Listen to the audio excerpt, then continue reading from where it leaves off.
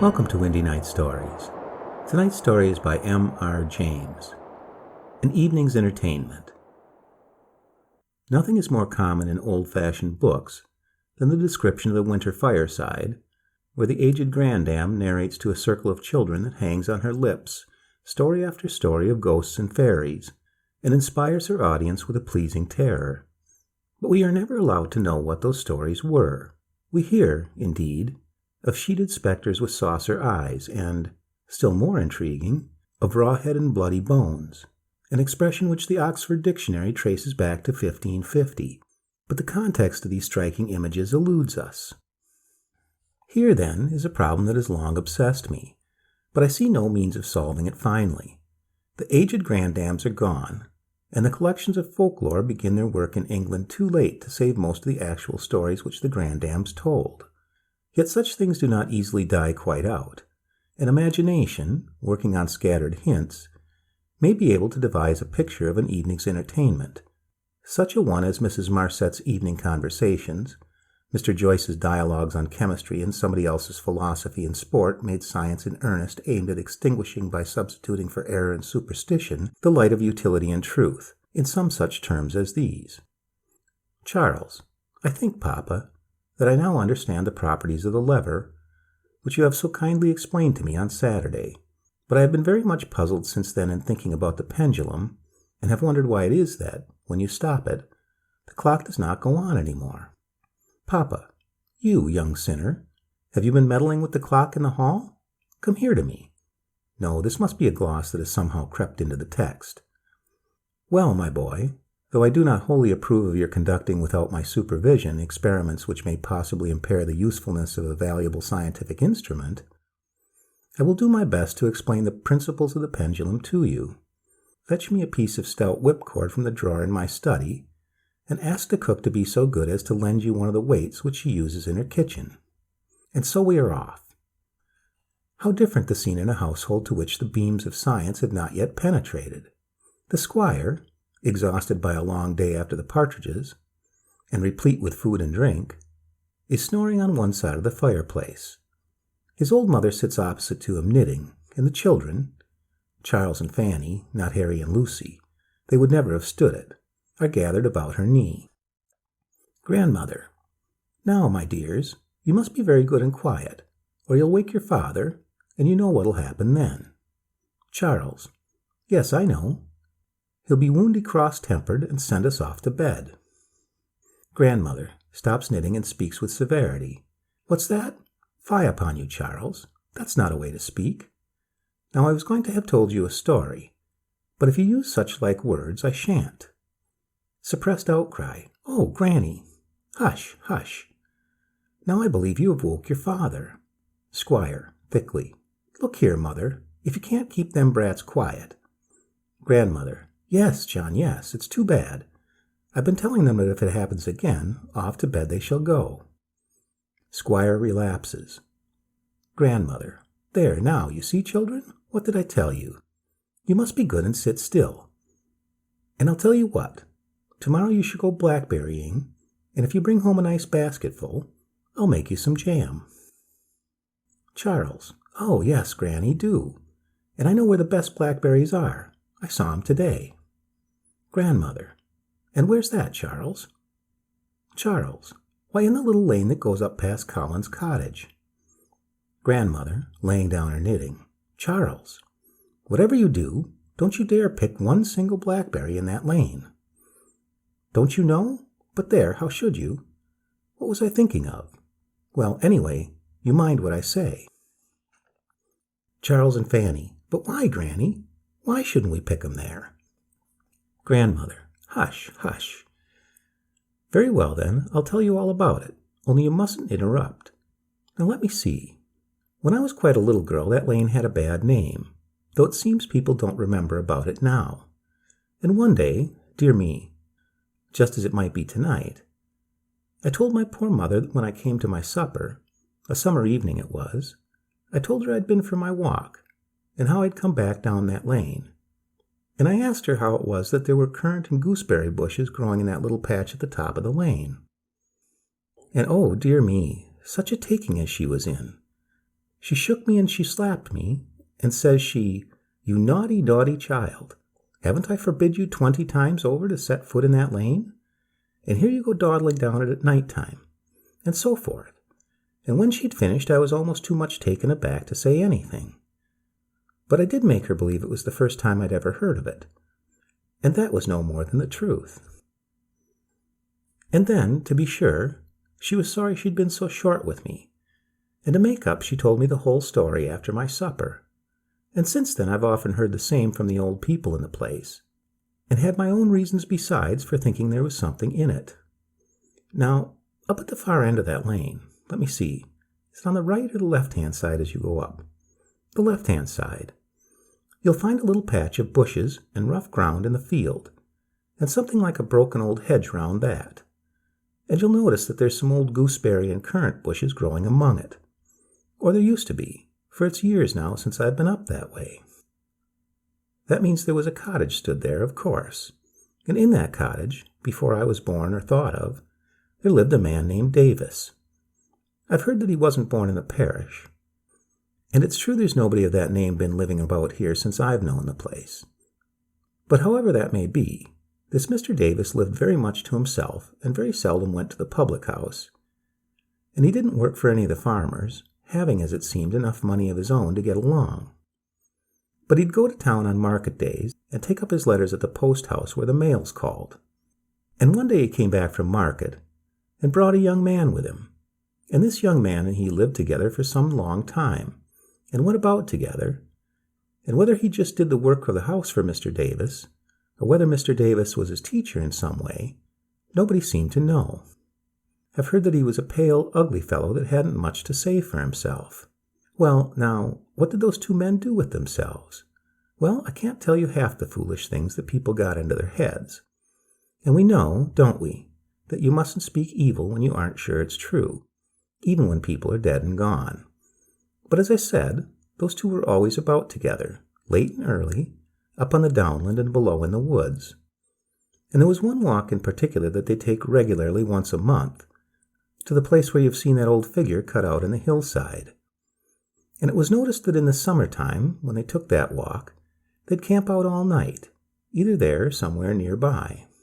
I remember once my father, that's your great-grandfather, told me he had spoken to Mr. Davis about it, for it's his land he lived on, and asked him why he was so fond of going there, but he only said, "Oh, it's a wonderful old place, sir, and I've always been fond of the old-fashioned things. And when him, that was his man he meant, and me are together there, it seems to bring back the old times so plain." And my father said, "Well," he said, "it may suit you, but I shouldn't like a lonely place like that in the middle of the night." And Mr. Davis smiled, and the young man, who'd been listening, said, "Oh, we don't want for company at such times." And my father said he couldn't help thinking Mr. Davis made some kind of sign. And the young man went on quick, as if to mend his words, and said, "That's to say, Mr. Davis and me's company is enough for each other, ain't we, master? And then there's a beautiful air up there of a summer night, and you can see all the country round under the moon, and it looks so different, seemingly, to what it do in the daytime. Why, all them harrows on the down." And then Mr. Davis cut in, seeming to be out of temper with the lad, and said, "Ah, yes, they're old-fashioned places, ain't they, sir? Now, what would you think was the purpose of them?" And my father said, "Now, dear me, it seems funny, doesn't it, that I should recollect all this? But it took my fancy at the time, and though it's dull perhaps for you, I can't help finishing it out now. Well, he said, 'Why, I've heard, Mr. Davis, that they're all graves. And I know, when I've had occasion to plow up one, there's always been some old bones and pots turned up. But whose graves they are, I don't know. People say the ancient Romans were all about this country at one time, but whether they buried their people like that, I can't tell.' And Mr. Davis shook his head, thinking, and said, 'Ah, to be sure. Well, they look to me older like than the ancient Romans, and dressed different. That's to say, according to the pictures, the Romans was in armor. And you didn't never find no armor, did you, sir, by what you said?' And my father was rather surprised and said, 'I don't know that I mentioned anything about armor, but it's true I don't remember to have found any. But you talk as if you'd seen 'em, Mr. Davis.' And they both of them laughed, Mr. Davis and the young man. And Mr. Davis said, "Seen him, sir? That would be a difficult matter after all these years. But not what I should like well enough to know about them old times and people, and what they worshipped and all." And my father said, "Worshipped? Well, I dare say they worshipped the old man on the hill." "Ah, indeed," Mr. Davis said. "Well, I shouldn't wonder."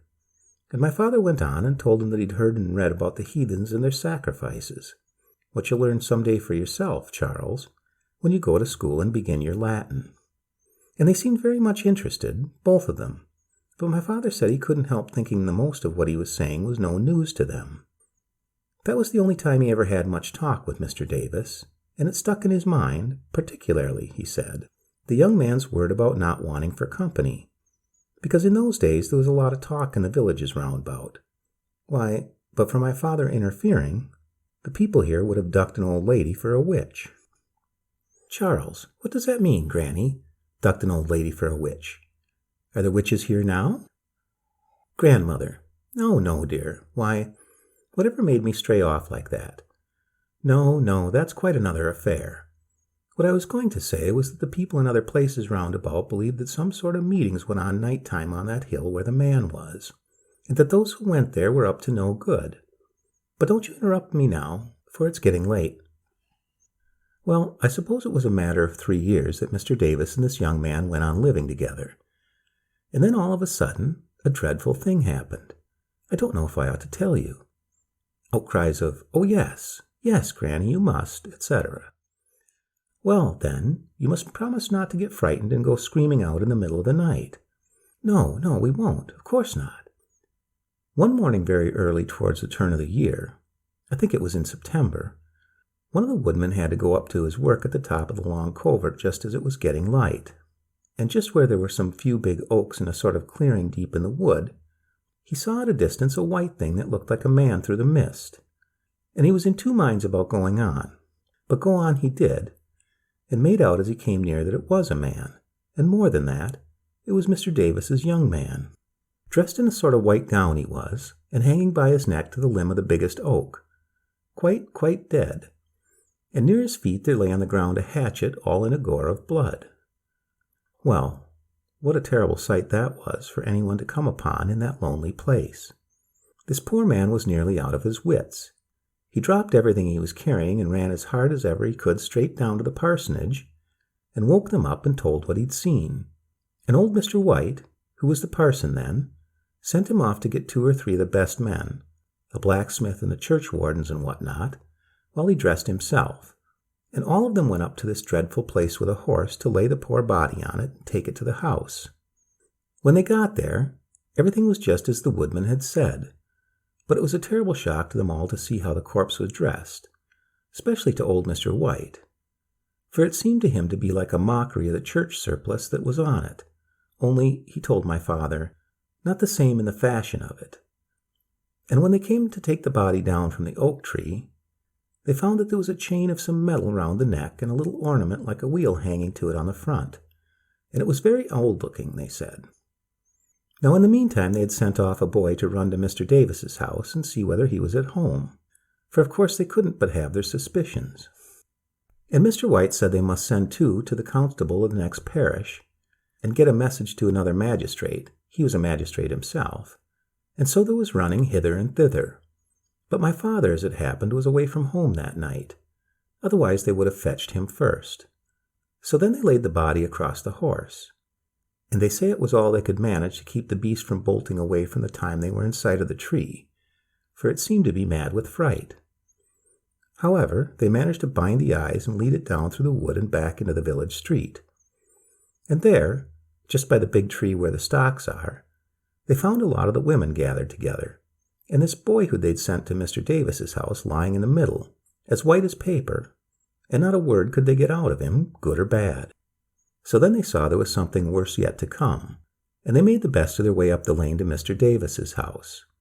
And when they got near that, the horse they were leading seemed to go mad again with fear, and reared up and screamed, and struck out with its 4 feet, and the man that was leading it was as near as possible to being killed, and the dead body fell off its back. So Mr. White bid them to get the horse away as quick as might be, and they carried the body straight into the living room, for the door stood open. And then they saw what it was that had given the boy such a fright, and they guessed why the horse went mad, for you know horses can't bear the smell of dead blood. There was a long table in the room, more than the length of a man, and on it there lay the body of Mr. Davis. The eyes were bound over with a linen band, and the arms were tied across the back, and the feet were bound together with another band. But the fearful thing was that the breast being quite bare, the bone of it was split through from the top downwards with an axe. Oh, it was a terrible sight. Not one there but turned faint and ill with it, and had to go out into the fresh air. Even Mr. White, who was what you might call a hard nature of a man, was quite overcome and said a prayer for strength in the garden. At last they laid out the other body as best they could in the room, and searched about to see if they could find out how such a frightful thing had come to pass.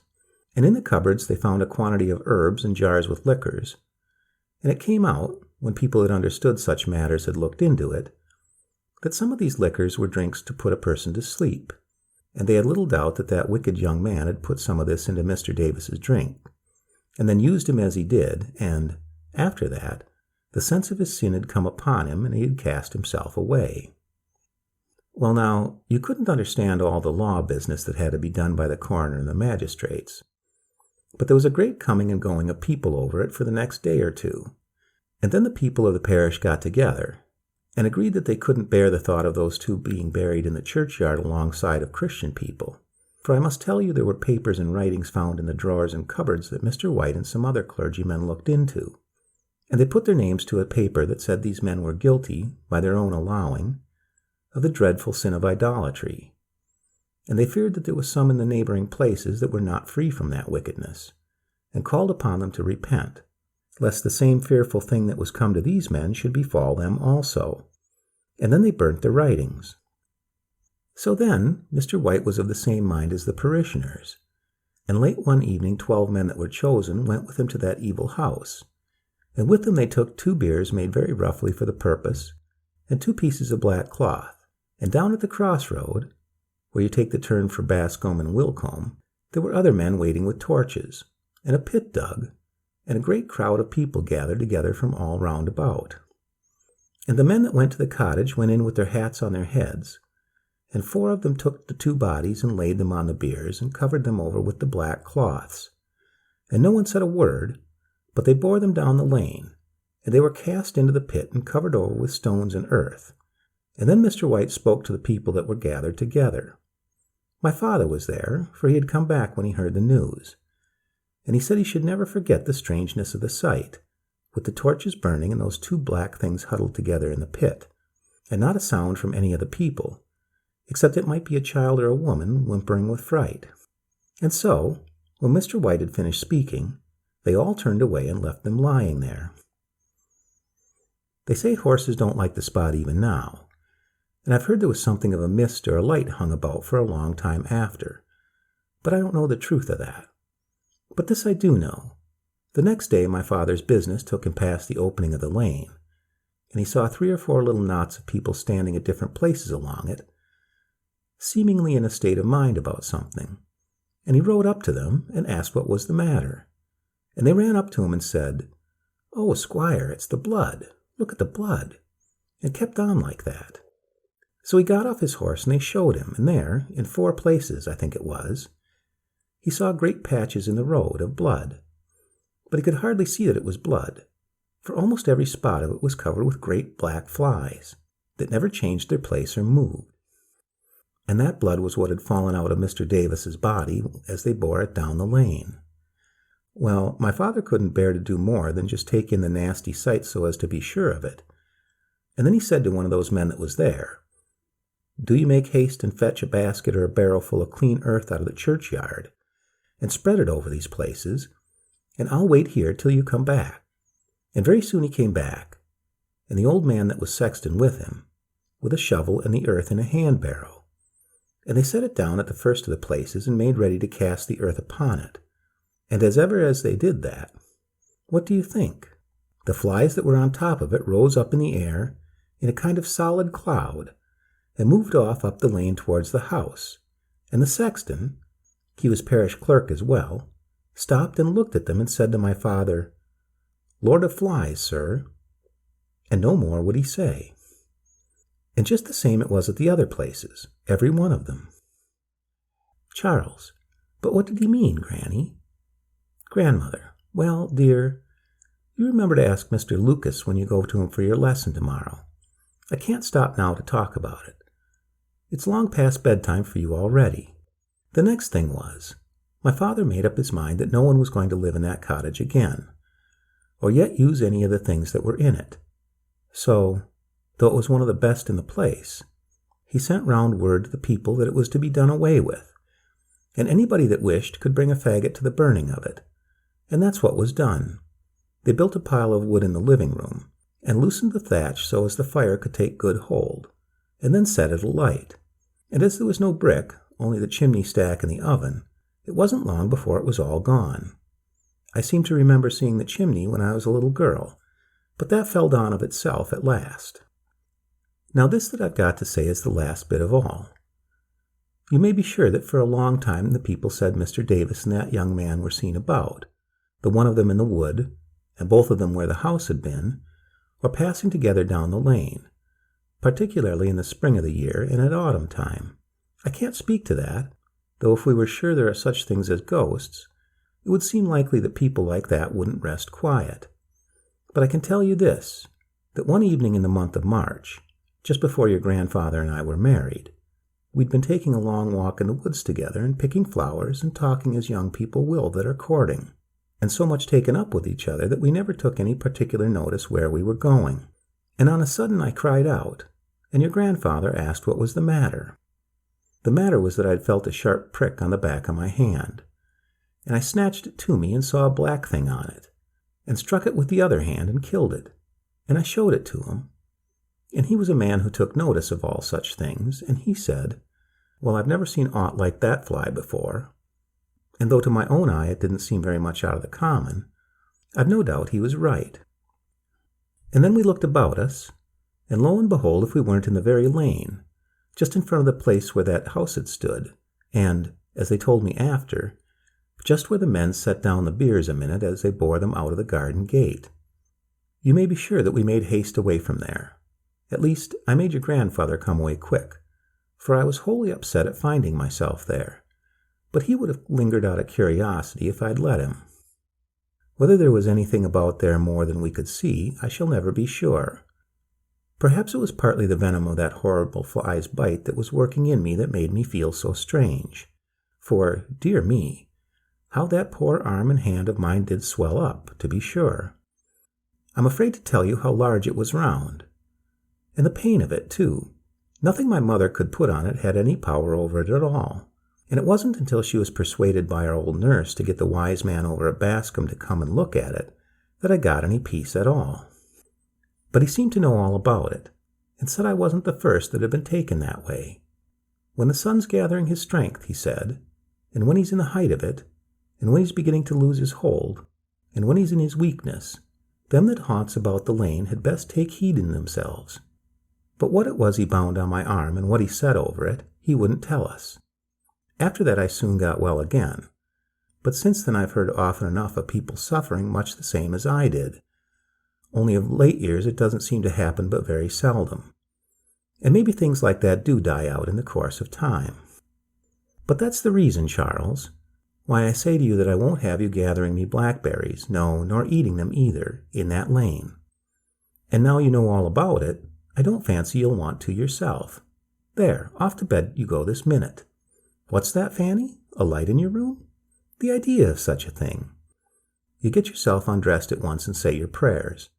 And perhaps if your father doesn't want me when he wakes up, I'll come and say good night to you.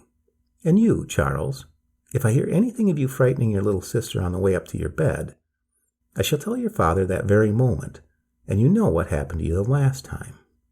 The door closes, and Granny, after listening intently for a minute or two, resumes her knitting.